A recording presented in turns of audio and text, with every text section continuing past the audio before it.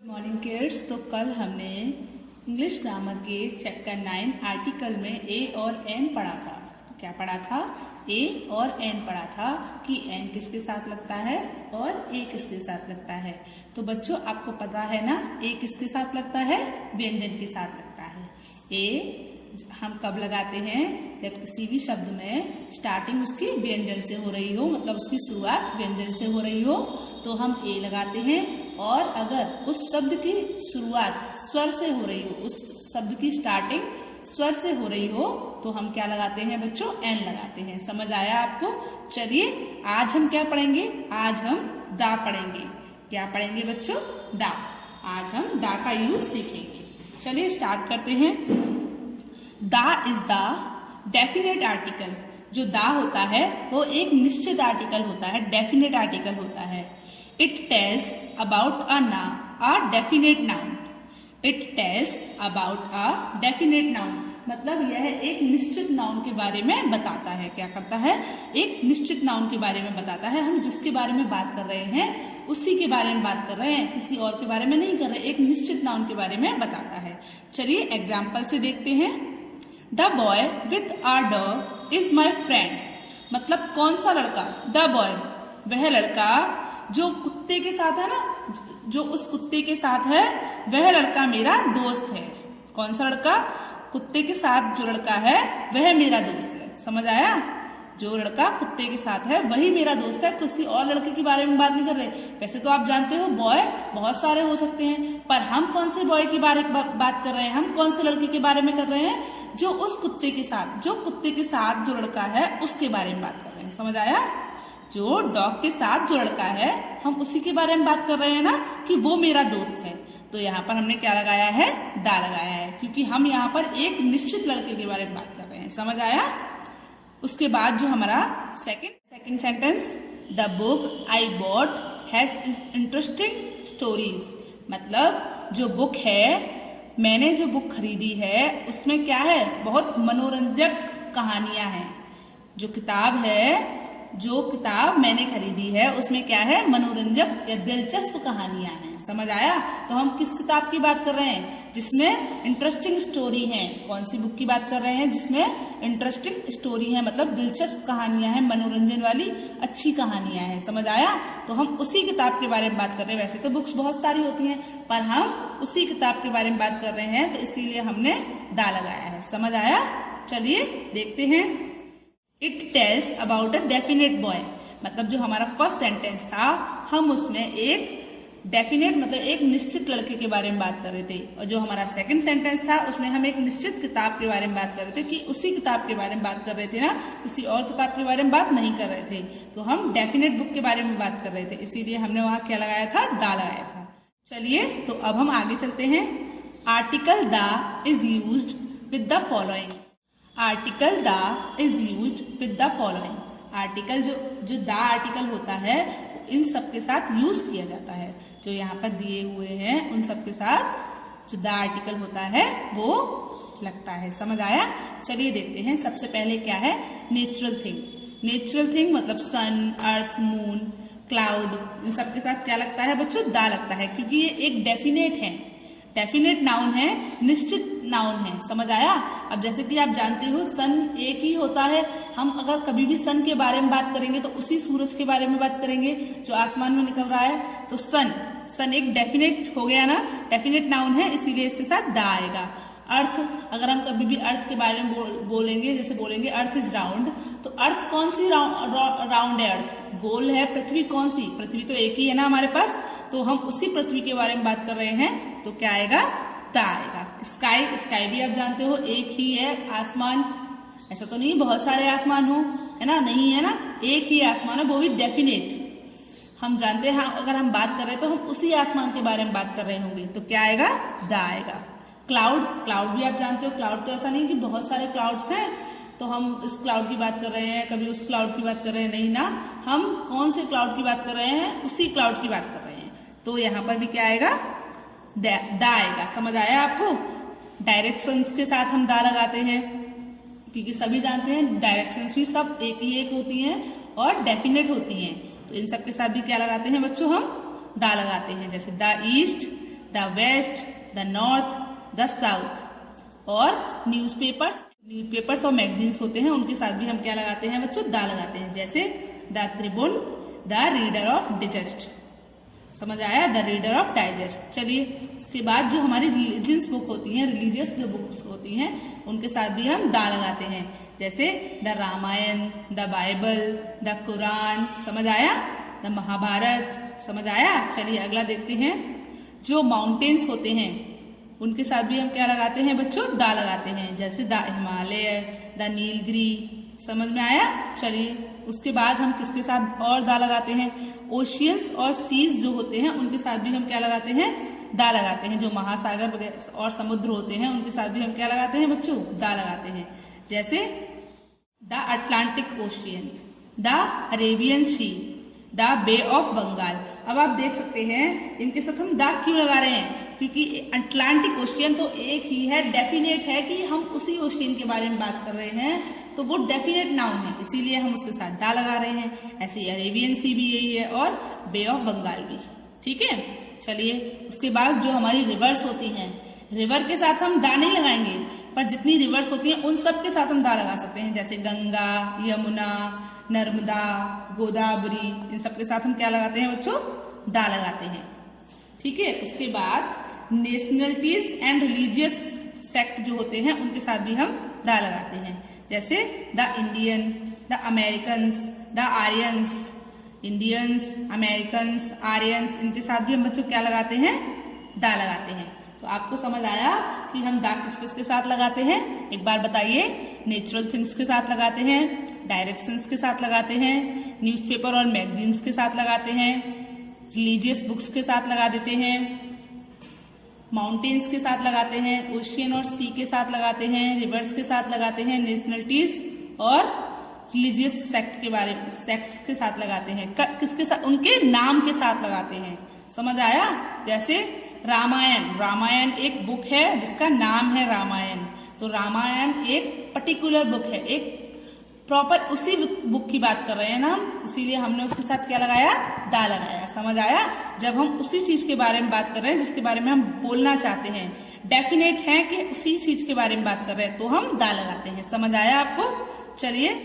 चलिए बच्चों, तो अब हम चैप्टर 9 की एक्सरसाइजेस फिल करना स्टार्ट करते हैं।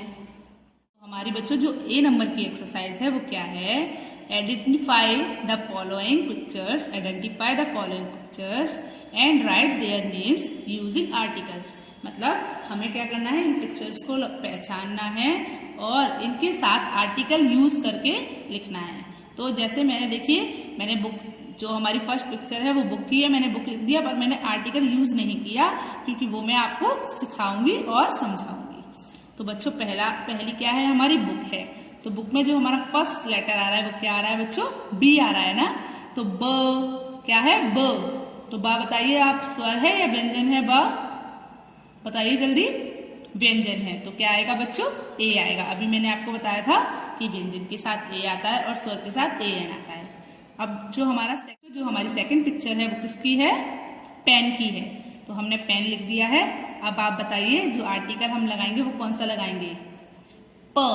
पेन में जब हम बोल रहे हैं तो क्या बोल रहे हैं, पेन, प आ रहा है, तो वो स्वर है या व्यंजन है, आप बताइए मुझे। व्यंजन है, तो हम क्या लगाएंगे, ए लगाएंगे। समझ आया। चलिए आगे देखते हैं। तो हमारा जो थर्ड है वो है काइट, काइट, का आ रहा है ना, तो वो स्वर है या व्यंजन है, आप बताइए मुझे। व्यंजन है ना, तो हम ए लगाएंगे। उसके बाद जो हमारा लास्ट है वो क्या है, ऑक्टोपस। ऑक्टोपस में बताइए क्या आ रहा है, ऑक्टोपस बोल रहे हैं ना, तो क्या आ रहा है पहले हमारे मुंह से साउंड, ओ क्या होता है, स्वर होता है, तो हम क्या लगाएंगे बच्चों, ए एन लगाएंगे। आपको समझ आया। चलिए अब हम अपनी बी नंबर की एक्सरसाइज देखते हैं। तो बी नंबर की क्या है, बी नंबर की एक्सरसाइज हमारी क्या है बच्चों, fill in the blanks with A और एन। हमको जो ब्लैंक्स हैं उनको ए और एन से फिल करना है। तो फर्स्ट सेंटेंस देखते हैं, रजत इज बाइंग ब्लैंक कार। तो जो कार है, कार का जो हमारा फर्स्ट लेटर है कार, तो क निकल रहा है, क्या निकल रहा है, क। का क्या होता है बच्चों बताइए, स्वर होता है या व्यंजन होता है, व्यंजन होता है, तो हम क्या लगाएंगे, ए लगाएंगे। समझ आया। चलिए उसके बाद अगला क्या है, my father is blank old man but he has blank strong body. तो आप बताइए ओल्ड में हम क्या बोल रहे हैं? सबसे पहले ओ, क्या बोल रहे हैं? ओ। तो ओ क्या होता है बच्चों? स्वर होता है ना, तो हम क्या लगाएंगे? एन लगाएंगे। अब सेकंड हमारा क्या है बताइए? Strong body. तो स्ट्रॉन्ग बॉडी, अब हम क्या बोलेंगे? स्ट्रॉन्ग, स्ट्रॉन्ग, तो हम सा बोल रहे हैं। क्या बोल रहे हैं? सा। तो सा क्या होता है? हमारा व्यंजन होता है। उसके लिए हम क्या लगाएंगे बच्चों? बताइए, ए लगाएंगे। आपको समझ आया? चलिए आगे देखते हैं। के बाद जो थर्ड है वो क्या है? She bought blank orange and blank papaya. तो ऑरेंज में हम क्या बोल रहे हैं बच्चों? ओ बोल रहे हैं। ऑरेंज, ऑरेंज बोल रहे हैं ना, तो क्या आ रहा है? स्वर आ रहा है या व्यंजन आ रहा है? स्वर आ रहा है। तो हम क्या लगाएंगे? ए एन लगाएंगे। क्या लगाएंगे बच्चों? ए एन लगाएंगे। फिर एंड ब्लैंक पपाया, और पपाया में हम क्या बोल रहे हैं? प। बताइए क्या बोल रहे हैं बच्चों? प। तो पा क्या है बताइए? व्यंजन है। उसके लिए हम क्या लगाएंगे बच्चों? ए लगाएंगे। समझ आया? चलिए अगला सेंटेंस देखते हैं। There was an empty cupboard and a long bed in the room. तो बच्चों हमने इसमें एन लगाया है और इसमें ए लगाया है। क्यों लगाया है? क्योंकि जब हम एम्प्टी बोल रहे हैं ए, तो क्या निकल रहा है? ए निकल रहा है ना, मुंह से ए निकल रहा है ना। तो ए क्या होता है? स्वर होता है या व्यंजन होता है? बताइए आप मुझे। स्वर होता है। तो हम क्या लगाएंगे? एन लगाएंगे। और उसके बाद जो है हमारा वो है लॉन्ग, लॉन्ग बेड। तो लॉन्ग में हम क्या बोल रहे हैं? लॉ। क्या आ रहा है? ला आ रहा है ना, ल।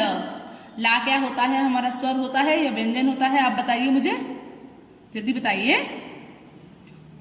हाँ, व्यंजन होता है। क्या होता है? व्यंजन होता है। तो व्यंजन के साथ हम क्या लगाते हैं बच्चों? ए लगाते हैं। चलिए अगला सेंटेंस देखते हैं। तो अगला सेंटेंस है हमारा in blank accident. In blank accident she blood from blank year and blank leg. तो क्या हुआ? इन एन एक्सीडेंट। हमने एन क्यों लगाया बताइए मुझे? क्योंकि एक्सीडेंट ए, तो मुंह से जब हमारा जो फर्स्ट शब्द है, फर्स्ट जो लेटर है, वो क्या निकल रहा है? ए निकल रहा है। और ए क्या होता है बच्चों? स्वर होता है या व्यंजन होता है? आप बताइए मुझे। स्वर होता है। तो हम क्या लगाएंगे? एन लगाएंगे। उसके बाद जो हमारा सेकंड है वो है ईयर। ईयर, तो ईयर बताइए, ईयर में क्या आ रहा है? पहला जो लेटर है वो क्या है? स्वर है या व्यंजन है? ईयर में ई क्या होता है बताइए आप मुझे? स्वर होता है। तो क्या लगाएंगे हम? एन लगाएंगे। उसके बाद जो नेक्स्ट है वो है लेग। लेग में बताइए क्या है? लेग, ला आ रहा है ना, तो हम क्या लगाएंगे? ए लगाएंगे।